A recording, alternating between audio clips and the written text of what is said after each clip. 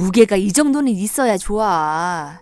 너무 팔랑팔랑 가벼우면 아침마다 걷어차서 감기를 달고 살걸? 엄마는 그렇게 말했지만 무거운 이불이 몸에는 더 안 좋을 것 같다. 요로 말할 것 같으면 전병 수준의 얇음을 넘어 마른 오징어처럼 딱딱하고 얄팍하다. 엄마는 그 요를 두고도 말했다. 딱딱한 게 허리에는 좋대. 그리고 자갈밭에서 자는 걸 생각하면 극락이지.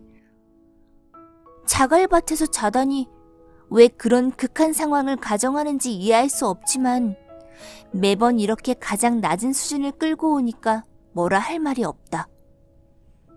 하지만 로라 애슐리와 마른 오징어라면 누구나 망설이지 않고 로라 애슐리를 선택할 테지.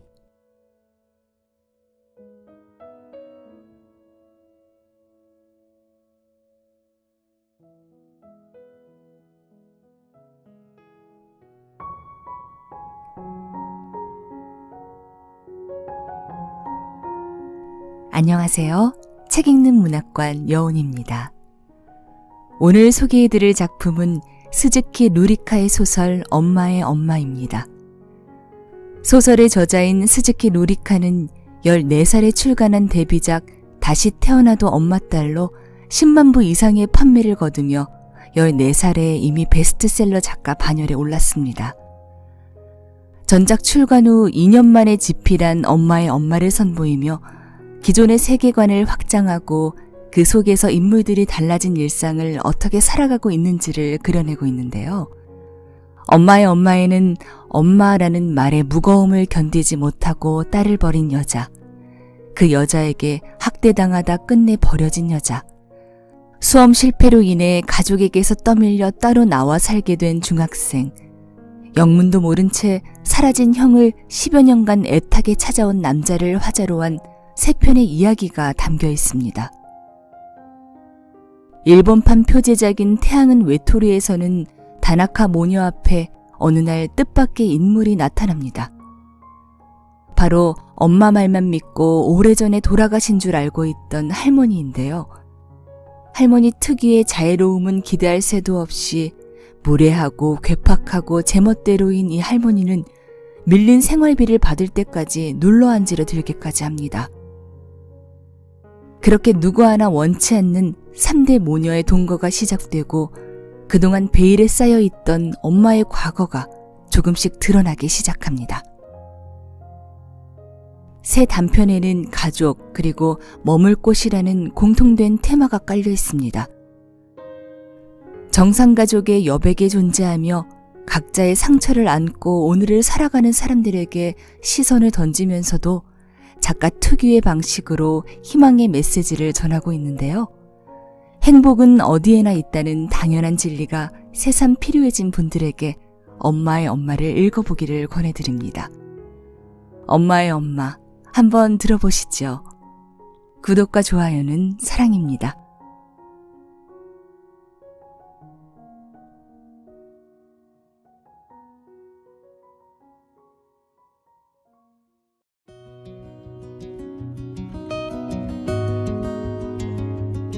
엄마의 엄마.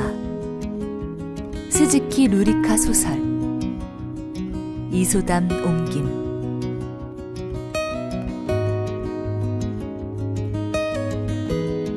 태양은 외톨이.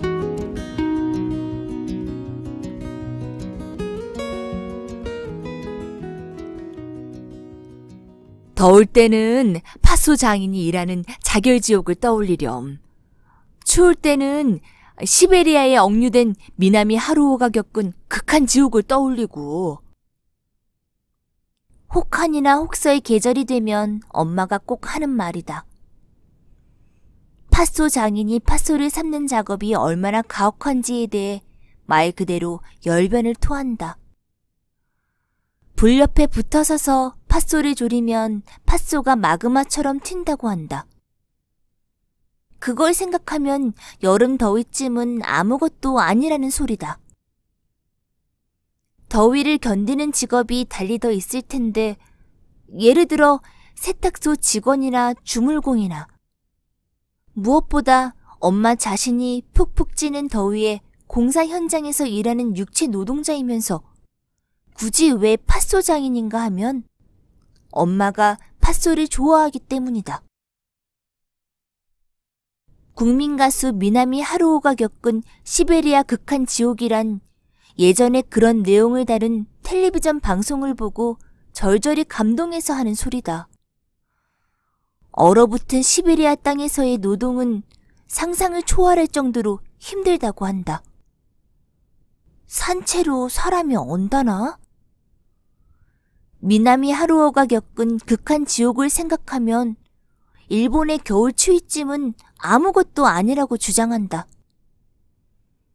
그렇지만 아무리 팥소 장인과 미나미 하루오를 생각해도 더울 땐 덥고 추울 땐 춥다.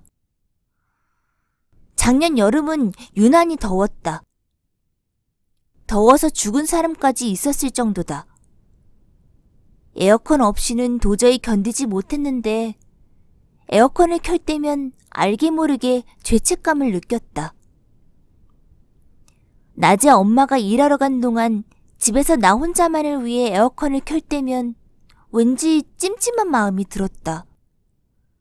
가능한 한 선풍기로 버티려고 했는데 그걸로는 도저히 견디지 못할 정도로 엄청난 혹서였다.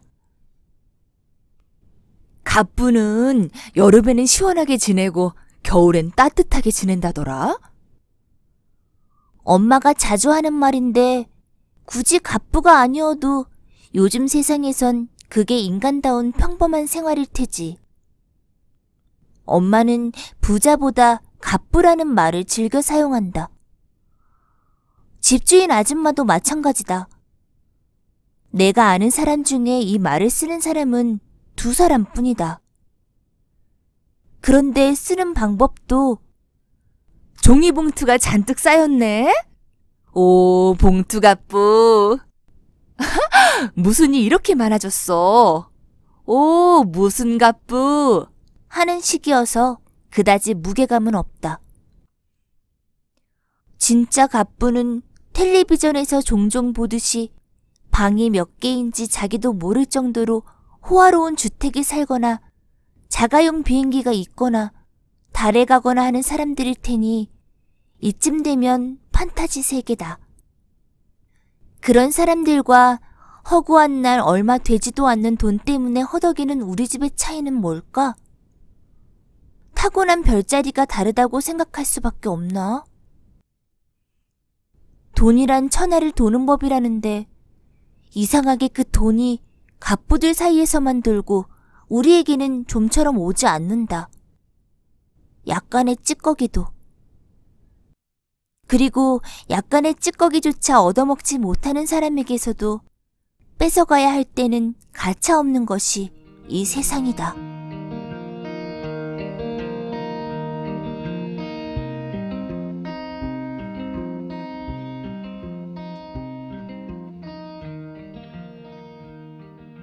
나는 올 봄에 중학교에 입학했다. 이 동네 공립중학교인데 엄마는 교복 주문서를 보고 눈을 부릅떴다. 교복 한 벌이 7만엔이라고? 체육복은 2만엔? 수영복과 수영모가 만엔에 실내화랑 운동화를 합쳐서 7천엔이고 가방이 8천엔? 다 더해서 대충 12만엔이잖아? 이거 이등교 입학 서류를 잘못 받아온 거 아니니? 영국 이등교라면 이 수준이 아닐 테지만 무엇보다 거긴 남학교다. 장난치는 말투와는 달리 엄마의 미간에 잡힌 주름이 깊었다. 내가 생각하기에도 이 금액은 너무 비쌌다. 그렇다고 안 살 수도 없고. 3년간 12만엔, 1년엔 4만엔, 한 달로 따지면 3천엔 조금이니까 하루에 100엔인가? 그런 계산을 해봤자 현실은 달라지지 않는데 엄마는 그렇게 생각하고서야 조금은 차분함을 되찾은 것 같았다. 1년 내내 교복만 입고 살래? 말도 안 되는 소리를 했다. 가격을 들은 집주인 아줌마도 세상에나 무슨 교복이 그렇게 비싸? 하고 눈살을 찌푸렸다. 우리 때는 언니나 친척 집에서 물려받았는데. 아이고, 그렇지. 내가 아는 사람 중에 이번 3월에 중학교를 졸업한 딸내미가 있는 집이 있으니까 한번 물어봐 볼게. 그 말을 믿고 기다렸더니 며칠 후에 아줌마가 정말로 블레이저 교복 상하이를 가지고 왔다. 아주 깨끗한데요? 이거라면 충분히 입을 수 있겠어요. 사이즈도 잘 맞을 것 같고. 엄마는 반색했으나 왠지 모르게 위화감이 들었다. 학교 휘장이 제4인 것이 눈에 들어왔다. 이거 제4중학교라고 적혔는데 내가 가는 학교는 제3중학교인데요. 그러자 아줌마가 혀를 날름 내밀었다. 역시 안 되겠지. 에이, 이런 건 어디나 다 비슷비슷하지 않니? 남색 블레이저랑 주름 치마는 맞으니까. 멀리서 언뜻 보면 몰라. 엄마까지 기가 막힌 소리를 했다. 학교 생활을 하는데 선생님이나 학생들이 나를 멀리서만 보는 상황에 놓이는 게 가능할 리 없다. 아니면 계속 움직이자, 응? 눈의 착각을 이용해서 제4중학교의 교복인 줄 모르게 하는 거야. 일루전! 둘이 박장대소했다. 중학교 생활을 시작하는 이 시점에 나만 마이너스에서 시작하는 기분이 자꾸 들었다. 걱정이 이만저만이 아니었는데 결국 새 교복을 제대로 마련해 주었다. 이럴 거면 처음부터 군말 없이 사주면 좋을 텐데. 우리 집은 꼭 이렇게 한바탕 소동이 없으면 안 되나 보다. 하긴 손에 넣었을 때의 감사와 기쁨은 불어난다. 빳빳한 새 교복을 보며 나는 감동했다. 다행이다. 제대로 된 교복이어서. 이 기분은 뭐든지 쉽게 손에 넣는 갑부는 모르리라.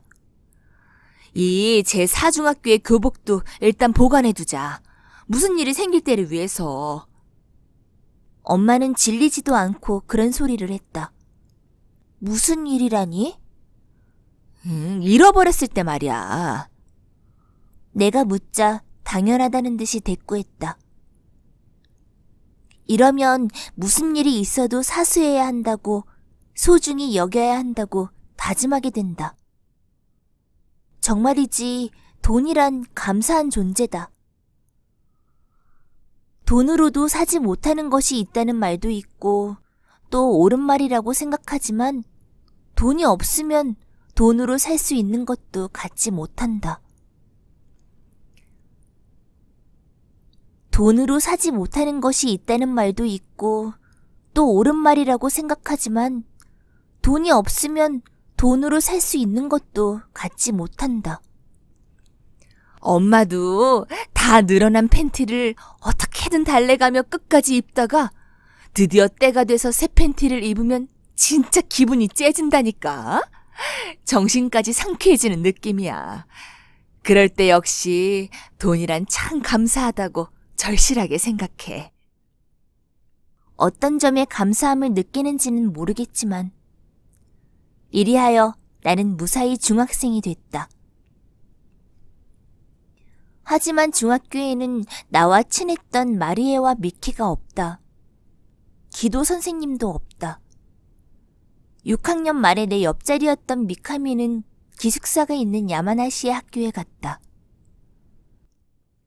변화라고 하면 식료품 가게 게키야스당이 폐점한 것인데 이 일은 가히 충격적이었다. 우리 집 식생활을 지탱해준 게키야스당이 올 봄에 문을 닫았는데 식료품 거의 전부를 그곳에 의지했던 우리 집은 어쩔 줄 몰라 했다. 어쩐담? 거기가 없어지면 이제 끝장이야. 앞으로 어떡하면 좋지?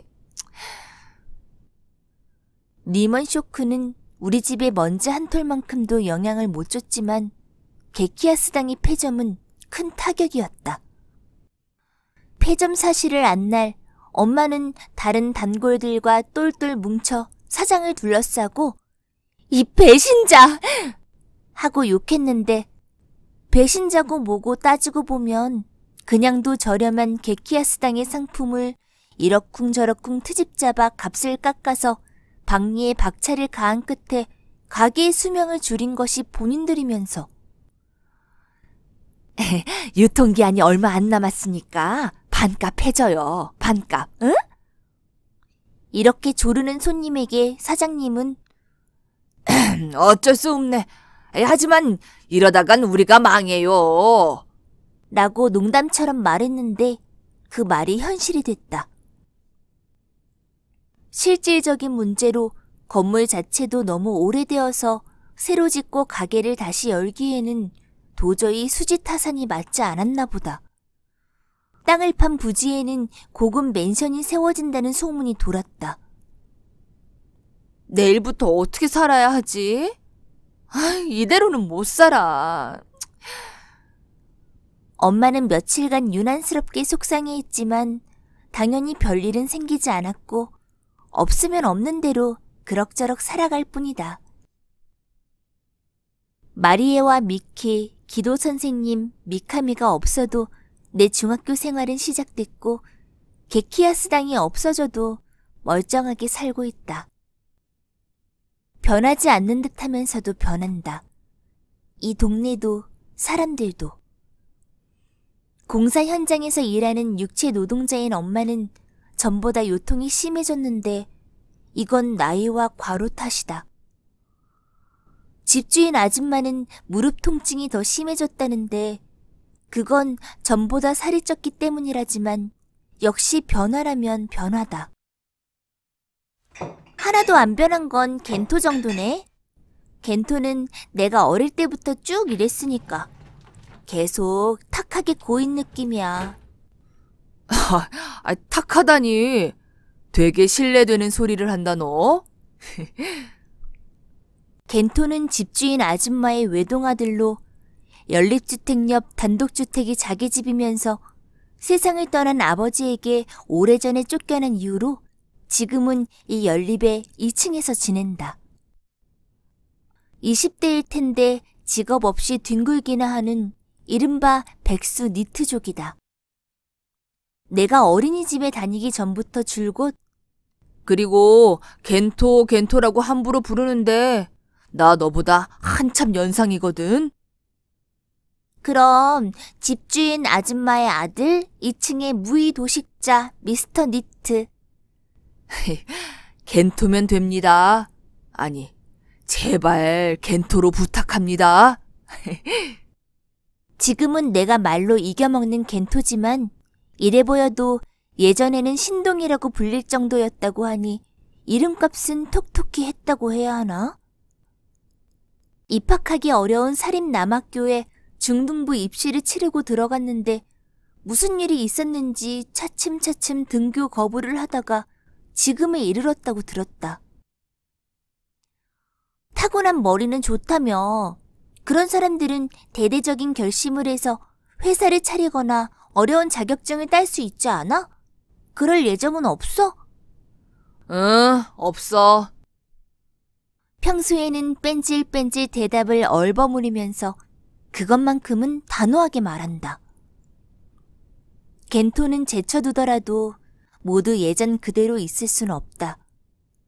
우리 집이 가난한 건 여전하지만.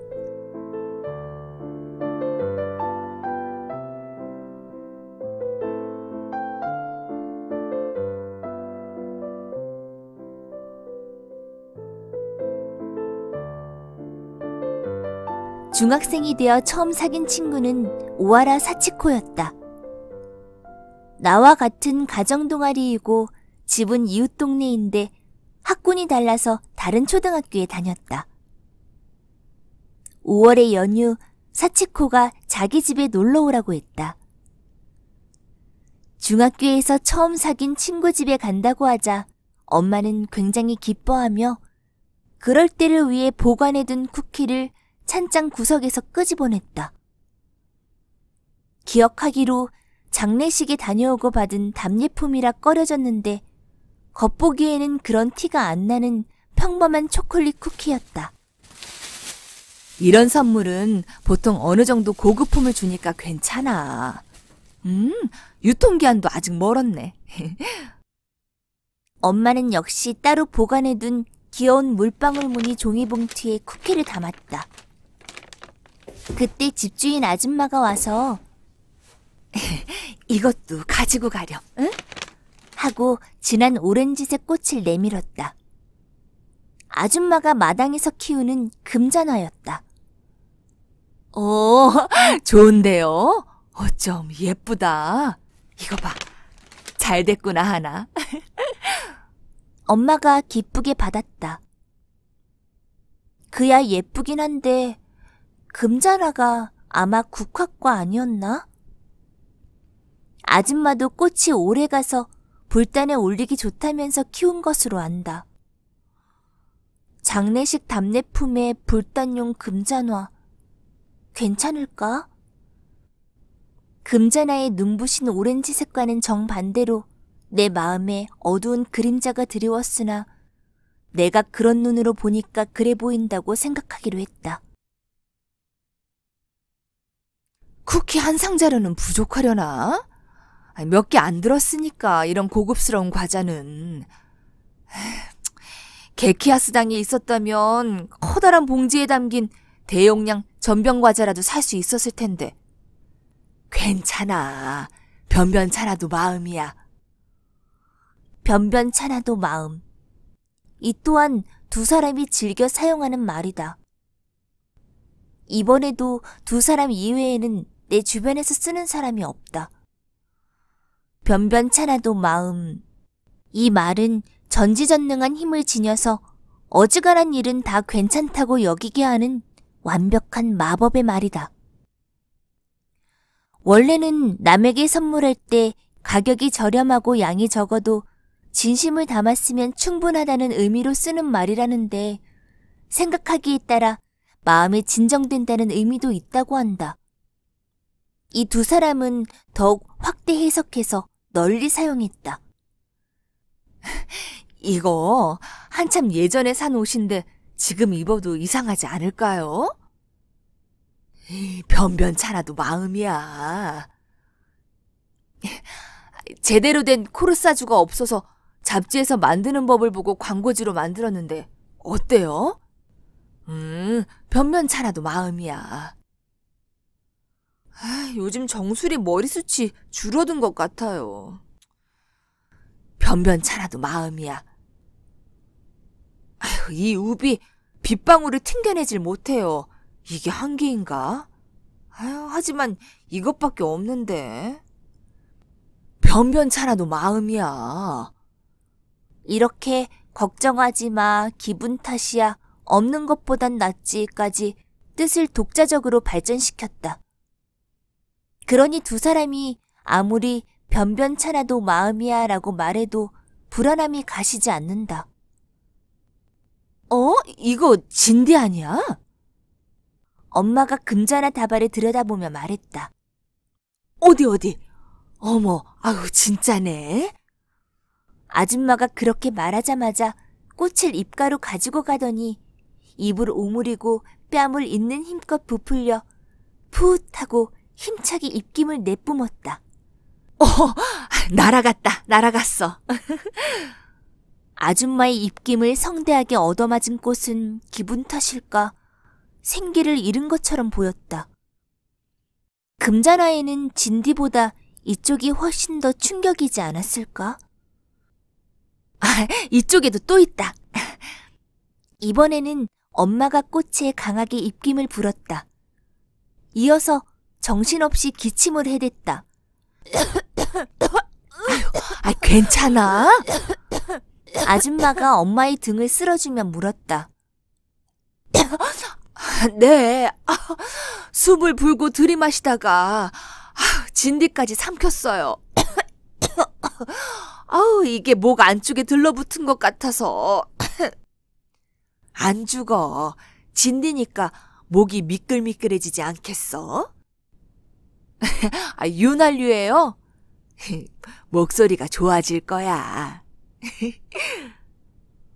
이런 두 사람이 변변찮아도 마음이라고 말해도 쿠키는 몰라도 금잔하는 거절하고 싶은데 말을 꺼낼 분위기가 아니었다. 엄마와 아줌마가 번갈아가며 금잔화 속 진디체크에 나서서 보이면 훅 입김 물기를 반복한 끝에 간신히 신문지로 포장할 수 있었다. 친구 집에 잠깐 가는데도 이런 소동을 겪지 않으면 안 되는 게 우리 집이다.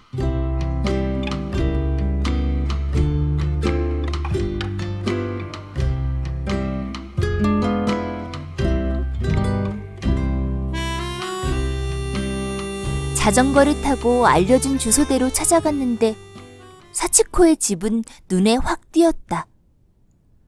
초콜릿 브라우니 같은 벽돌을 쌓아 만든 양옥집이었고 세련된 돌출창에 새하얀 레이스 커튼이 달렸다. 생각보다 훨씬 큰 집이었다. 오하라라고 적힌 문패까지 위풍당당해서 멋졌다. 집과 같은 색 벽돌로 된 담에 붙은 초인종을 눌렀다. 열려있어. 들어와. 사치코의 목소리가 들렸다. 유럽풍 철문을 열자 노란색과 빨간색과 분홍색 장미가 핀 마당이 보였다. 집 현관문까지 이어진 좁은 길에는 장미로 된 아치가 있었다. 마당에는 앤티크 테이블과 의자 세트까지 놓여 있었다. 기분 좋은 장미 향기가 났다. 정성껏 돌본 다양한 종류의 장미가 화려하게 핀 마당은 자그마한 장미 정원이었다. 큼지막한 장미를 보니 나도 모르게 진디 붙은 금전화를 숨기고 싶었지만 변변찮아도 마음이라고 속으로 중얼거렸다. 판 초콜릿 같은 현관문 앞에 서자 곧 문이 열리고 사치코가 나왔다. 어서 와. 얼른 들어와. 실례하겠습니다. 조금 긴장하며 들어갔다. 괜찮아. 지금 나 혼자 있거든. 사치코가 슬리퍼를 내주며 말했다. 그래? 슬리퍼에는 나도 잘 아는 유명 고급 브랜드의 마크가 달려 있었다. 아마 우리 집의 그 어떤 신발보다 비싸겠지. 아니다. 집에 있는 신발 전부를 합쳐도 못 이긴다. 애초에 우리 집엔 화장실 말고는 슬리퍼가 없다. 슬리퍼를 신고 걸을 복도나 마루도 없다. 꽃 귀엽다. 나 주는 거야? 사치코가 금잔화를 보고 말했다. 집주인 아줌마네 집에 핀 거지만. 건네려는데 꽃 한 송이 아래에서 기어다니는 진디가 눈에 들어와서 꽃 모양새를 정돈하는 신용을 하며 손가락으로 짓뭉갰다. 또 숨어 있을지도 모른다. 제대로 된 꽃을 사올 것을 그랬다. 돈을 안 쓰고 해결하려고 하면 괜히 더 신경 써야 한다. 역시 돈은 감사하다. 이것도 쿠키인데. 고마워. 맛있겠다. 쿠키는 괜찮겠지? 장례식 답례품인 줄은 모를 것이다. 만에 하나 그런 냄새를 풍기는 흔적이라도 있을까봐 몇 번이나 확인했으니까. 일단 거기 앉아. 넓은 거실로 들어가자 가죽 소파와 고급 흑양갱처럼 번쩍이는 피아노가 있었다. 와, 피아노 칠 줄 알아? 부엌에서 차를 준비하는 듯한 사치코에게 말을 걸었다. 아니, 그거 여동생 거야. 여동생이 있구나. 지금 초등학교 1학년이야. 진짜? 나이 차이가 꽤 난다. 잘 보니 피아노 위에 사진이 있었다.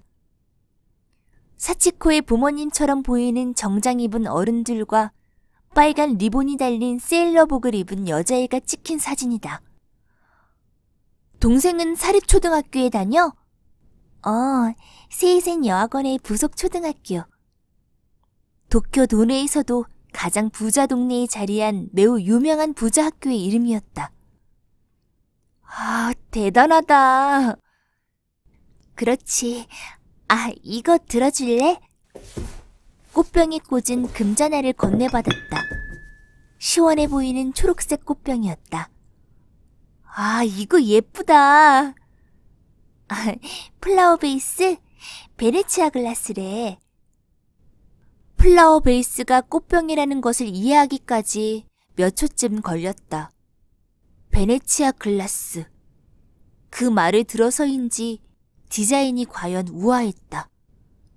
금잔화도 훨씬 돋보였다. 옷이 날개라더니 진디 붙은 금잔화도 베네치아 글라스에 넣으니 달라 보인다. 사치코는 내가 가지고 온 쿠키와 티포트와 찻잔을 쟁반에 담아왔다. 내 방에 가자. 사치코를 따라 2층으로 올라갔다. 사치코의 방은 4평 정도의 크기였다. 책상과 유리 테이블, 책장, 옷장, 침대에는 고급스러워 보이는 꽃무늬 이불이 있었다. 이것도 예쁘다.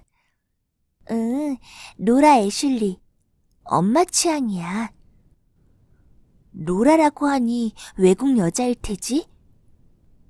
이불 가게 상호 같지는 않다. 폭신폭신하고 가벼워 보였다. 아마 새털 이불이겠지? 우리 집에서 쓰는 솜이불이 생각났다.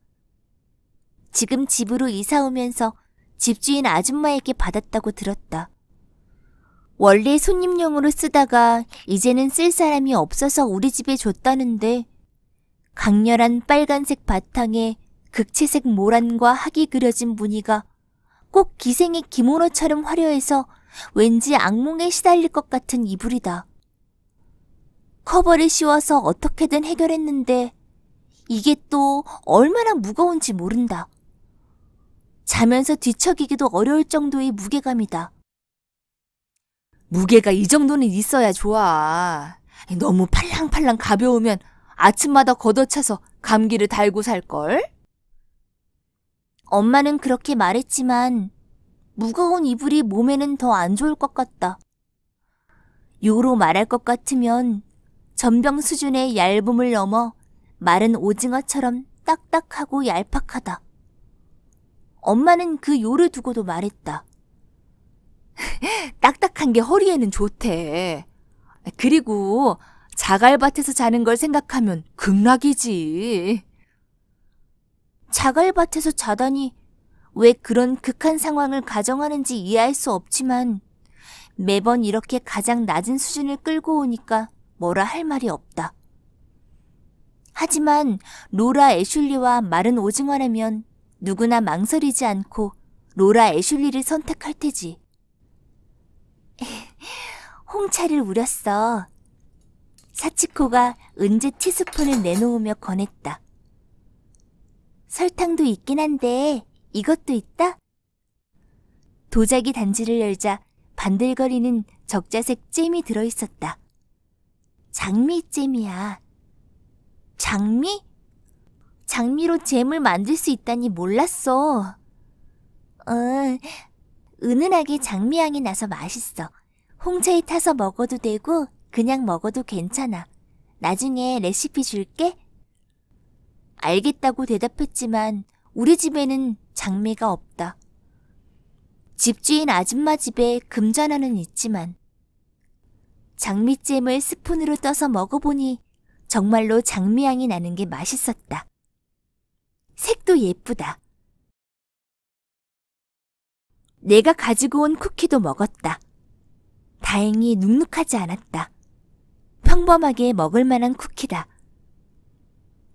문득 옷장 위에 액자의 시선이 갔다. 아까 피아노 위에 놓였던 액자와 같은 사진인 줄 알았는데 어딘가 미묘하게 달랐다. 피아노 위의 가족 사진에는 부모님과 여동생만 있고 사치코는 없었다. 지금 보는 사진에는 사치코가 있었다. 부모님의 정장과 배경색은 같으니 아마 같은 날 사진관에서 찍었으리라. 사치코도 여동생도 올 봄에 각각 중학교와 초등학교에 입학했다. 입학 기념으로 찍었다면 피아노 위의 사진에는 왜 3명뿐일까?